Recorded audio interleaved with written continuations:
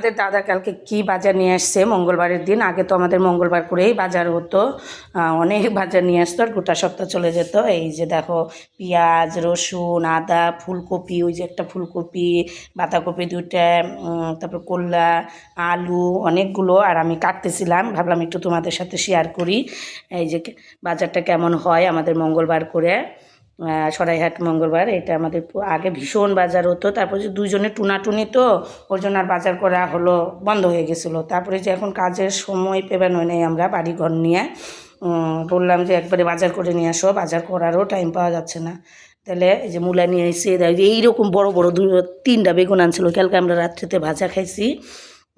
আর এই যে সিম, পটল নিয়েছে কতগুলা, বাঁধাকপি। আর এই যে বটিটা দেখে ভয় পেও না, বাপরে বাপ, দেখেছো? দুইজন মানুষের বটি, মনে হচ্ছে কি মানুষ কাটার মতন বটি, বুঝলা? যাই হোক, ওটা আমার শাশুড়ি দিয়েছিল, ওই বটিটা আমি আজ বানিয়ে নিলাম একজনকে দিয়ে।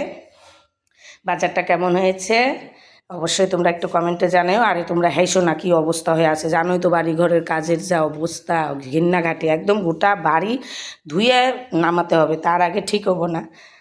কেমন হয়েছে তাহলে আমাদের বাজারটা অবশ্য কমেন্টে জানাও।